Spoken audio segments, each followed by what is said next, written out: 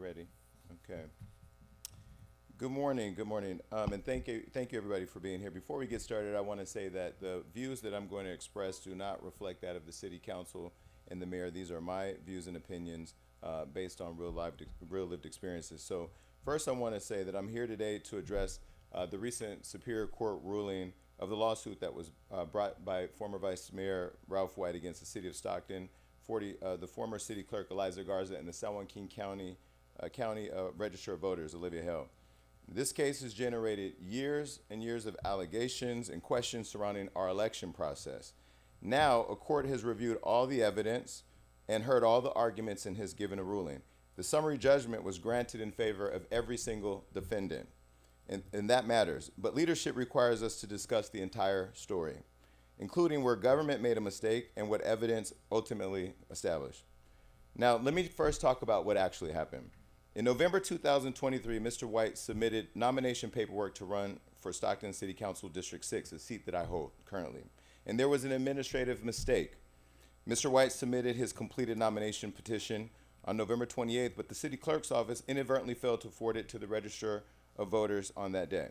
And that mistake was discovered on December 8th, and the paperwork was then forwarded.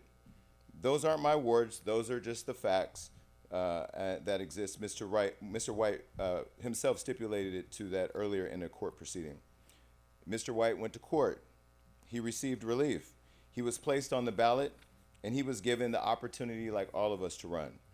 Now, contemporaneous reporting confirms that sequence. While White was initially declared ineligible, he challenged that determination and was ultimately restored to the ballot. So let's talk about what happened next. After receiving that relief and participating in the election, Mr. White filed another lawsuit seeking damages against the city clerk, the county, and the Register of Voters. This lawsuit made serious allegations of unequal treatment and constitutional violations under federal civil rights law. Contemporary reporting described White as alleging that the ballot access controversy hurt his campaign. And serious allegations deserve serious examination, and that's exactly what happened. This wasn't decided on Facebook. It wasn't decided by political opponents like me. It wasn't decided here at City Hall. It was decided in a courtroom based on evidence in the law, and that matters. And let's talk about the critical findings that the court found. One of the central issues was straightforward. In the early proceedings, Mr. White stipulated that the clerk's conduct was inadvertent, and in his lawsuit, he sought to characterize the conduct as intentional and malicious. The court rejected that inconsistent position. So I want to thank Judge Soldati specifically, who found that Mr. White was bound by his earlier position and applied judicial estoppel principles designed to protect the integrity of the judicial process. So to put it simply, you can't ask one court to accept one version of events and then ask another court to accept an inconsistent version when circumstances change. That principle is bigger than Ralph White. It protects the integrity of our judicial system. So let's talk about the claims against the city. Mr. White also sought to hold the city institutionally responsible under federal civil rights law, and that court found insufficient evidence that an official city policy, practice, or custom caused the alleged constitutional violation. The ruling also noted that the alleged violation had not happened to another candidate during the previous 10 years and found insufficient evidence that the city officials had notice of a constitutional risk requiring additional training or supervision. The court ultimately granted summary judgment on both claims directed against the city and the former clerk. That's an important distinction.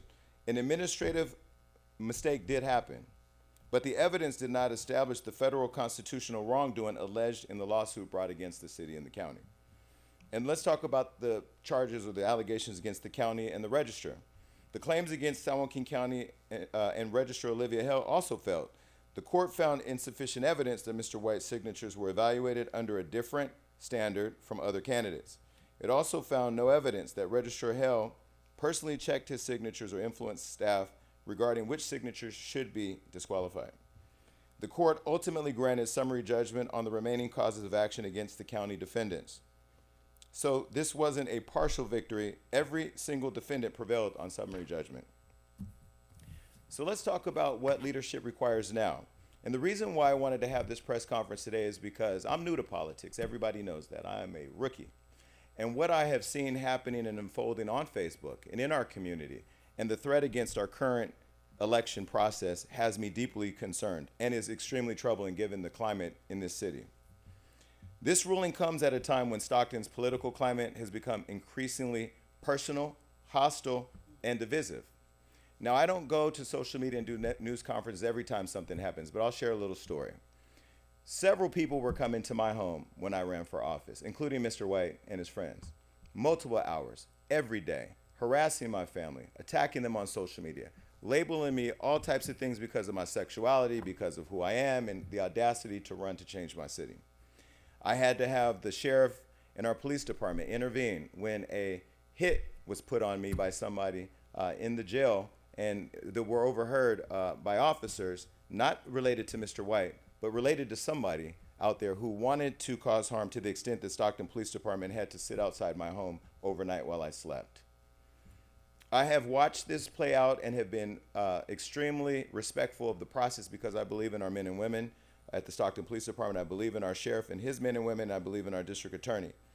I also want to say, currently today, as I get into some of the events that's happening online, I refute and I rebuke every attack against our institutional guardrails and our officers who are here to protect the integrity of the process that I'm sharing with you today, who have also been subject to finger pointing and attacks online because of their association with me or their support for my district and the city that I love. So recently we've seen serious allegations involving government and our election processes. We've seen online attacks, accusations, and personal grievances increasingly overshadow the work residents elected us all to do. And we've seen people connected to our political process experience threats, harassment, and even violence.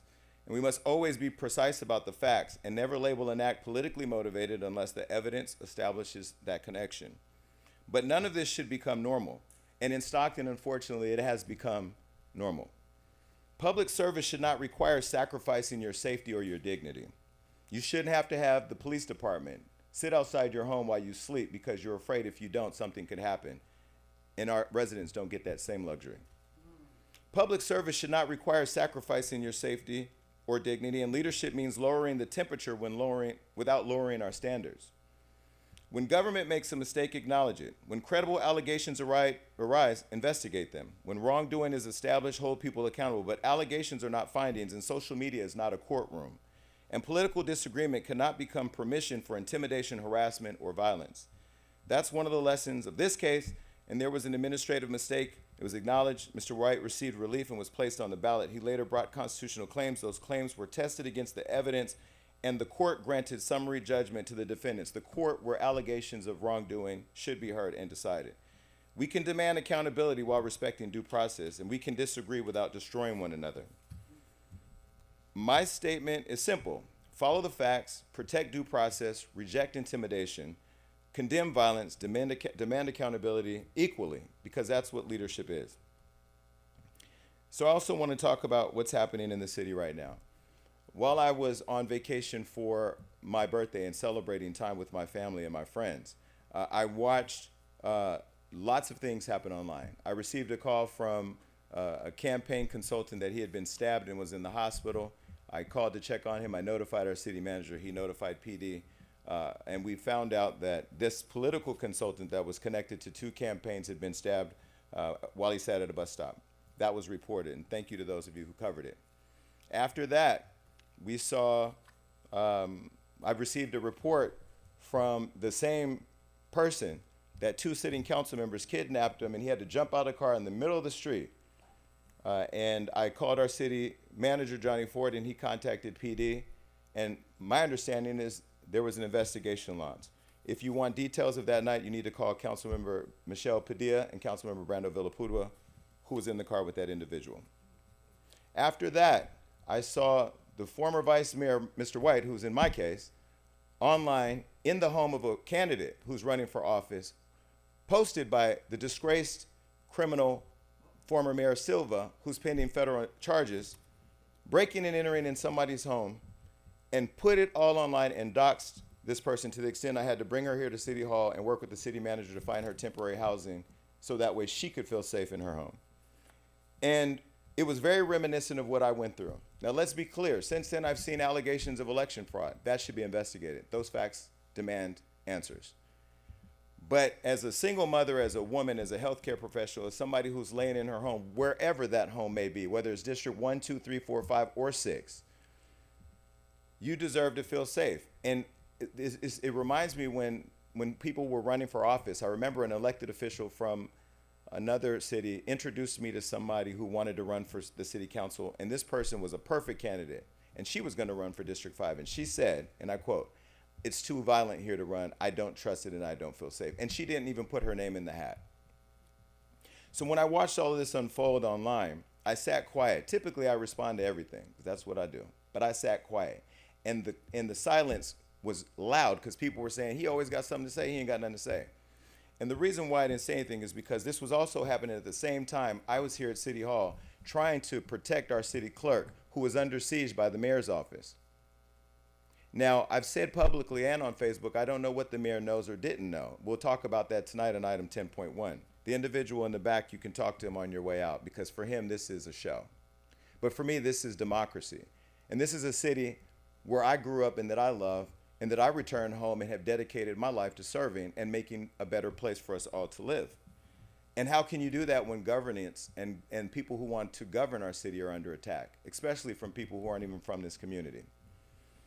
Now, when I saw that, I said, wow, this is really crazy. Then on top of that, I couldn't believe that the only conversation online is about election fraud and not the safety of an individual running for office, not the stabbing of the person who was helping her to run for office, and not the alleged kidnapping of 2 city council members who are still sitting up on this dais, who are going to be up here tonight talking about the preservation of public safety when they have police reports kidnapping people. So for me, it's the hypocrisy, it's the uneven-handed application of law and order, and the fact that on top of all of that, while I wasn't responding to reports online, I was dealing with our city attorney who was on her way out the last day. She was calling our city clerk on leave, offering her $250,000 to leave her job without council authority and budget approval. And to me, I think that's illegal, and that's why I filed a complaint and a request for investigation with the state bar.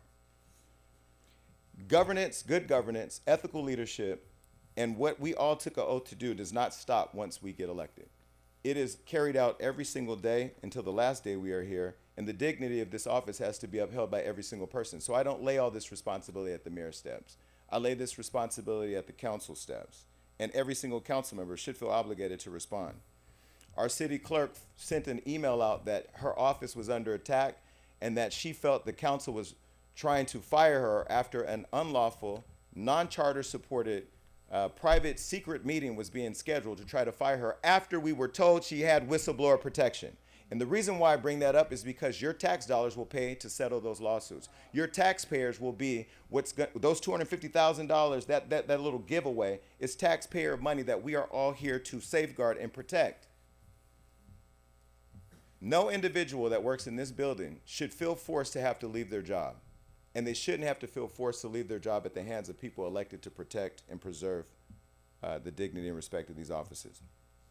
So the lesson for Stockton's current political climate, we're again in an election year.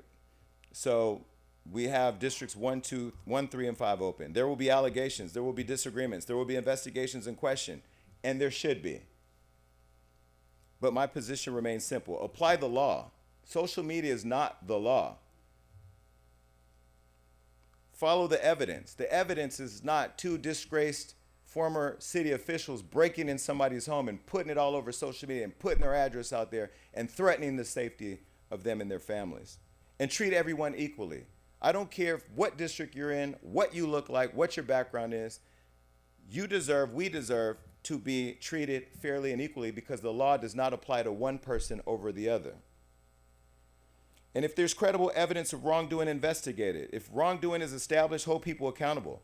I went to the FBI months ago. I'm the one that filed the grand jury report. I'm the one that went to the Attorney General. And I'm the one that went to the State Controller and welcomed the audit that we're currently in right now. And I will continue to pursue justice with every agency that I have belief in, whether they show up or not. But I will tell you, and I've said it before, there's a robbery happening here at City Hall and people now are dusting the fingerprints off the gun. So there's a difference between politics and governing. Politics often rewards conflict. Government requires judgment. And my responsibility as the vice mayor of this city, whether people want to accept it or not, that is who I am, and that is what I will be until the people are tired of me. is not to referee every political feud in Stockton on social media. And hopefully the post with Anthony Silva go away when he's convicted in September. My responsibility is to protect the integrity of our institutions, demand transparency and accountability, and keep our government focused on delivering for residents. People expect us to address public safety. I haven't seen press releases on the 7 homicides in June and July, or the 2 shootings last week, or the shooting of our peacekeeper. I have seen something on election fraud, but I haven't seen anything on public safety. I haven't seen a press release on a consultant being stabbed or being kidnapped by 2 sitting council members, or a house being ransacked, or address put online. People expect us to deal with homelessness and economic development, to grow our city, infrastructure, housing, youth, and basic city services. Those responsibilities cannot become collateral damage in an endless political war to give our friends money, handouts, or to control the narrative online, or even attack our constituents from our office. At some point, leadership requires us to govern. And I'm always committed to governing with all of my colleagues who are interested and here for the same purpose. But I will continue to use my platform and megaphone to call out when things are happening against that interest. I'll take questions if anybody has some. The question is, what do I hope that the State Bar establishes? You know, at the end of the day, I told the city attorney on her last day when I found out that she was in her office with the brand new city HR director, calling our city clerk and having what was called an interactive process covered under FMLA, which I know very well because I worked in healthcare for 11 years. That when a person goes off an FMLA or off on a protected leave, you call them and you ask them what reasonable accommodations can be made to your job to see if we can keep you at work. Not will you take $250,000 by 5 o'clock today and leave your job. That's what happened. And I called her out on it, and I called our HR director out, who just started her job and didn't even know all the backstory of what she was doing there. And in that meeting, I said to them both, you're going down a trope that's violating her rights, and you're setting the city up for a lawsuit, and you don't have the authority, because we hold the purse, to make this offer without our direction and consideration. So what I'm asking the State Bar to do is to review her ethical obligations under the law, because her license is tied to ethical responsibility. And yes, some of our officers around here and staff may think that we only got to do what the force say. No, when you hold a license to practice law, that license requires you, no matter who you represent and work for, to follow ethical guidelines. And she's not absolved of that accountability. Yes. Can you give us more details on how you made aware that this offer was given to Ms. Rowland? Yes, I talked to Ms. Rowland herself. She called me in tears, upset. She was afraid of losing her job. She was concerned. She was under threat of being fired for raising complaints. She stepped forward as a whistleblower. She was given whistleblower protection. And even in the midst of that, they were targeting her to fire her. And when I found that out, she called me and said she was thinking of getting an attorney. My job is to protect the resources of this city and the integrity that we're supposed to hold. So I went directly to the city attorney's office, and Ms. Arredondo and the HR director were sitting there and talking, and I asked them straight up, I was looking for both of you. I found you all at the same time. Who made the phone call? Who gave the direction? Who gave you authorization? And the answer was simple. Marcy gave the HR director the direction to offer the money and tell her she had by 5 o'clock that day. In my understanding, there may have been email exchanges between the city clerk and the HR director with respect to the offering that you may be able to find on public records requests. I also want to make another note that I've heard that public record requests have been slowed down by the city attorney's office as it relates to all this, and I've directed our city attorney here to make sure that all PRAs, unless it violates any institutional rule covered by the law, to be released to everybody. If you're not doing anything wrong, truth, trust, and transparency can't just be a tagline on Tuesday nights. It needs to be a practice. Yes. Yes, sir. I understand that Ms. Desiree Lynch may be re-entering the race for council seat in District 5. My name is City of Stockton. That's where I reside. It seems to be an obvious division of Team A and Team B. And so I think that the two candidates running, against Padilla and Valmapula, could change that. What is your perception of that? Yeah, you know, Ms. Lynch, my understanding, she did text me a copy of the email she sent to our city clerk's office that she has re-entered the race.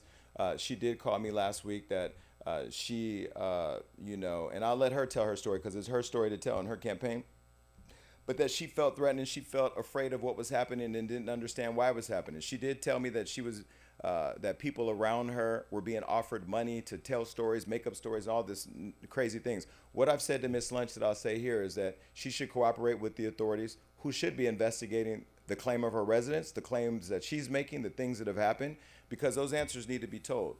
And I'm glad that she found the courage to re-enter the race, because the people who lost in all of this circus is the District 5 voters. Those people need strong, stable leadership who aren't afraid to come here and fight for them every day, not fight for their position or fight with people who are trying to turn our city around. Mhm. Yes. Who gave Marcy Yes. the authority to offer? Who gave the city attorney authority to offer 250,000? Well, I kind of have a sense that they're going to come in here tonight, whether it's closed session or the council, and try to get us to offer the $250,000 to wipe the fingerprints off the gun. I didn't give that authority. Councilmember Enriquez didn't give that authority. Councilmember Blower didn't give that authority because I talked to them. Now, I can't talk to nobody else, so the other four, you got to ask them. But like I told the HR director and like I told our city attorney, you two don't have the authority. Our city manager don't have the authority. Our CFO, who oversees all of our budgets, don't have the authority. Mr. White's here. He's more experienced than me. He'll tell you that they don't have the authority.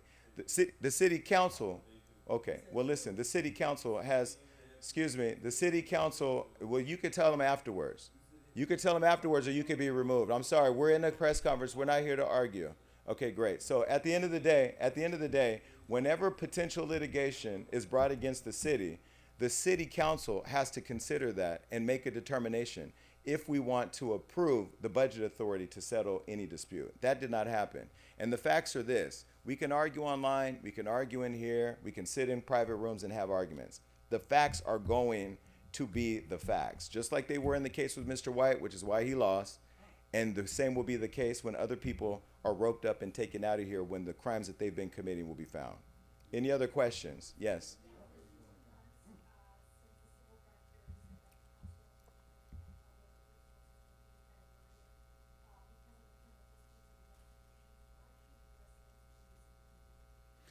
Well, I think they should view it the same. $770,580 so to date has been paid towards investigations that have happened in this circus. The second thing is that the grand jury report also talked about preserving senior staff and not having such high turnover. Since then, we've had a city clerk go on leave who's saying that her job is being threatened, and a city attorney that quit the day after I caught them potentially encroaching on her rights. And so I think those are questions for the mayor and her office. I think those are questions why we have staff from her office who are not on leave, pending an investigation into whether or not the claims by our clerk of interfering in our election were true or not. Those are questions for the mayor. Yes. Can you confirm that you mentioned Catherine Mullen is an FMLA lead? Yes. Can you confirm since when she's been on? I can. I would have to defer to Human Resources on that because that's her information. Mhm. Anything else?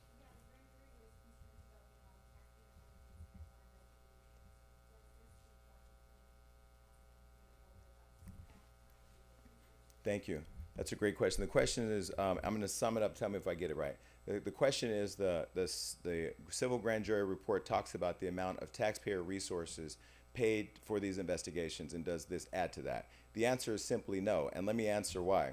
I typed it up on my computer. I emailed it from my email. It goes to the state bar that is not on our budget, just like the FBI complaint I sent did. It didn't cost the city anything. The grand jury report I made didn't cost the city anything. The information with the Attorney General's office and the calls we've had with them didn't cost the city anything.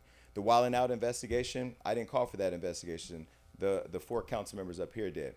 And the other complaints that were made the other complaints that were made and investigated have been made in this building as a result of poor leadership. And what I have asked is I've asked the city attorney's office to not only release all of the receipts for all of the investigations that the taxpayers have paid for, but also to put a label on all of them so people can see what they are.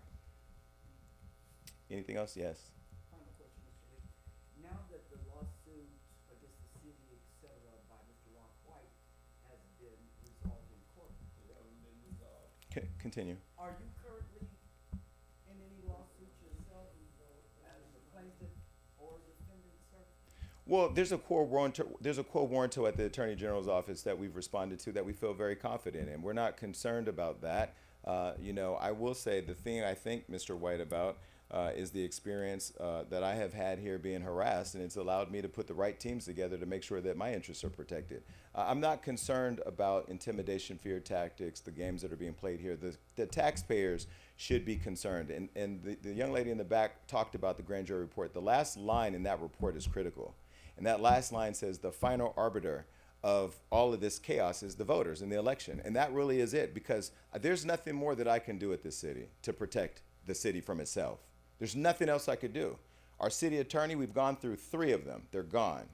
Our city manager, we've had 3 or 4 of them. The turnover in staff, there's nothing else that I alone can do. But what I have done is understood that the weight of the entire city cannot be on my shoulders alone. There's 7 of us that share this privilege of leading our city and the obligation to protect it from itself. And at this point, I have gone to every agency and I have participated. Nobody else went. I went to them. And I have laid it on everybody's doorsteps. And everybody has it. And what they do with it is up to them. And it's unfortunate because the city that I love and have chosen to serve at a time when I didn't have to, it's really sad the amount of attention that's been placed on political drama and feuds and election frauds and breaking in houses and all this instead of the will of the people.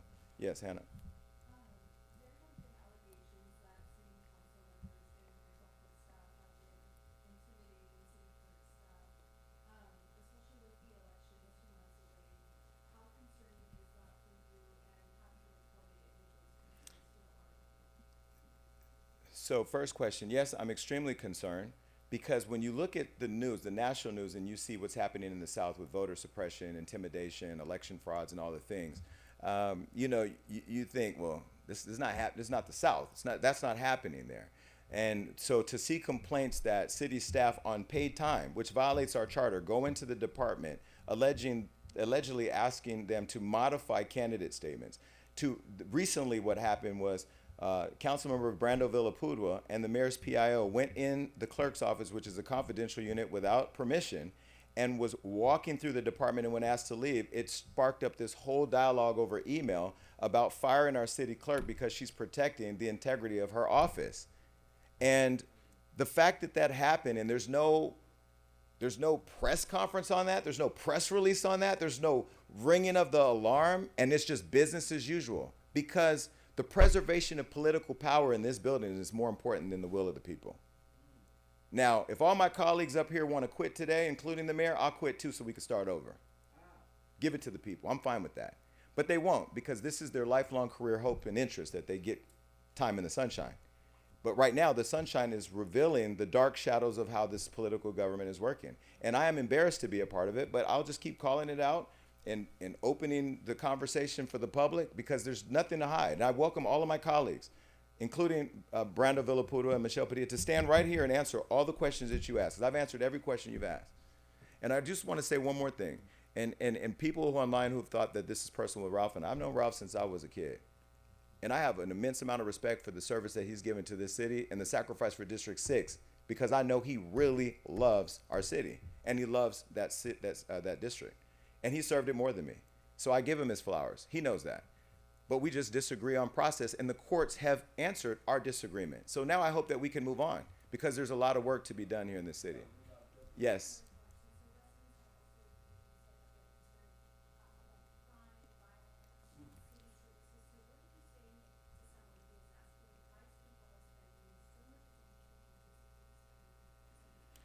She's saying that constituents are really concerned about public safety, violence, and why are we spending so much time on the political fighting and all the mess and not focus on the priorities. Cynthia Gale Boyd here comes every Tuesday. What you, 70, what are you? 69? How old are you? 72? 72. 72-year-old, quite younger looking woman comes here every city council, dedicated, and she gets up here and she starts every speech by saying, thank God I'm still alive in this dangerous ass city, every single time. And people laugh when she does it because we know that's her thing, but it's not a funny thing that she's saying. I hear her every time. I've heard her ask repeatedly to have meetings about safety in her neighborhood that have gone unanswered. And as somebody who's been shot here and has gone through the trauma of watching friends die and things, Yes, I know it's a priority. I've sat with our sheriff and the families of the kids who were murdered at the mass shooting. I've sat with parents and our chief, who I know loves our community deeply, when they just want to get their kid's body back from the coroner. I know that personally. I don't know why that's not a priority. I don't know why that's not the focus. It should be, but it's not. Right now, it's the preservation of power. It's the Team A versus Team B. I don't know. Those are not questions that I can answer because I asked them myself. I have remained committed to working with everybody. Just left a meeting with the mayor where we're talking about how we work together. And I'm going to go meet with her right now. I have no problem working and meeting with anybody. But I do have a problem with us not centering the public safety issues. The fact that a peacekeeper who's on staff to create peace was shot during his job. The fact that 7 people were killed in a month and 2 shootings just this week. And where's the press conference on that? Yeah, so those questions should be answered. I dare somebody to answer them for you because they don't have the answer. Anything else? Nope. Thank you.